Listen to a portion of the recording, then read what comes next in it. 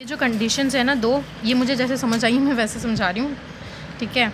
अब इसमें दो केसेस हैं। एक केस ये है कि हमने एक लोन लिया, T1 पे हमें वो लोन मिला और उसका इंटरेस्ट रेट हमें T0 पे पता चल गया था। T1 पे हमें लोन मिला, T2 पे हमने उसको पे किया विद द इंटरेस्ट रेट। उसके साथ ही हमने एक और बॉन्ड जो है वो बाई किया, ठीक है। उसके साथ ही हमने एक और बॉन्ड बाई किया वही लाइबोर रेट पे। ये सेम वही चीज़ है जो पीछे हम पढ़ चुके हैं। वही एक हमने लोन लिया, लोन लेने के बाद उसी अमाउंट, जैसे हमने ये अमाउंट T1 पे रिसीव की, उसी अमाउंट से हमने T1 पे एक और लोन बॉन्ड जो है वो बाई किया।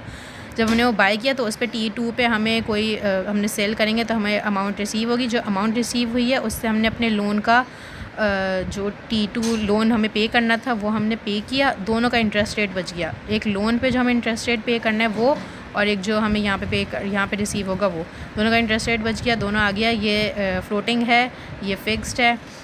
तो ये हमारे पास बाइंग ऑफ FRA वाली इक्वेशन बन गई जिसमें हम फिक्स्ड पे कर रहे होते हैं और फ्लोटिंग रिसीव कर रहे होते हैं। केस 2 में हमारे पास ये था कि वो जो लोन हमने रिसीव किया है ना उसको इन्होंने दो हिस्सों में डिवाइड कर दिया।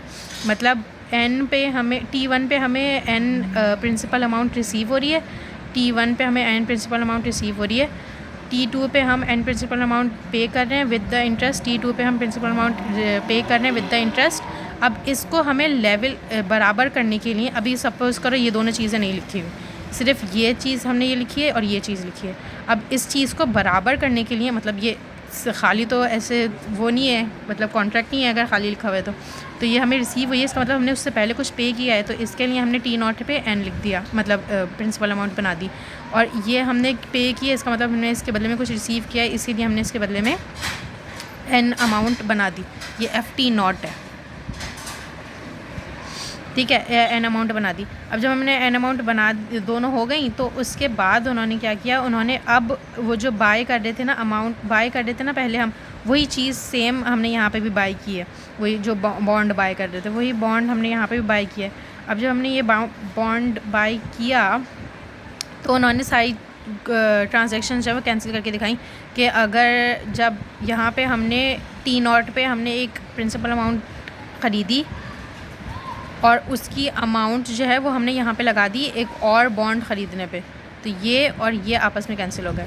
फिर ये अमाउंट हमें रिसीव हुई है और T1 पे, और ये अमाउंट हमने एक और बॉन्ड लेने पे लगा दी है, तो ये आपस में कैंसिल हो गई। इन दोनों को तोड़ने के लिए ये देखा है कि इसकी जो T1 पे अमाउंट थी वो लिखी, इसकी जो T2 पे अमाउंट थी वो लिखी। इसको बैलेंस करने के लिए लिखा कि कुछ पे किया, कुछ रिसीव हुआ तो पे भी किया होगा, कुछ पे किया तो रिसीव भी किया होगा। उन दोनों को आपस में बैलेंस किया, एक और बॉन्ड जो है वो बाई किया, फिर उसकी अमाउंट्स को आपस में कैंसिल किया कि T0 पे T0 कैंसिल हो गया, T1 पे जो भी अमाउंट्स थी पॉजिटिव नेगेटिव वो कैंसिल हो गई, T2 पे जो भी पॉजिटिव नेगेटिव थे वो कैंसिल हो गई। बचा क्या, बचा इंटरेस्ट रेट आ गया।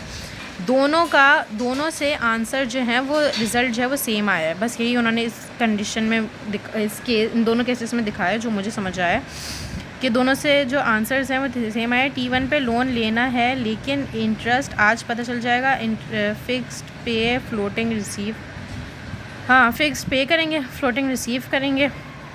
T1 वाली चीज़ जब हमें T1 पे पता चलेगी, T0 वाली चीज़ जब हमें शुरू से पता चल जाएगी।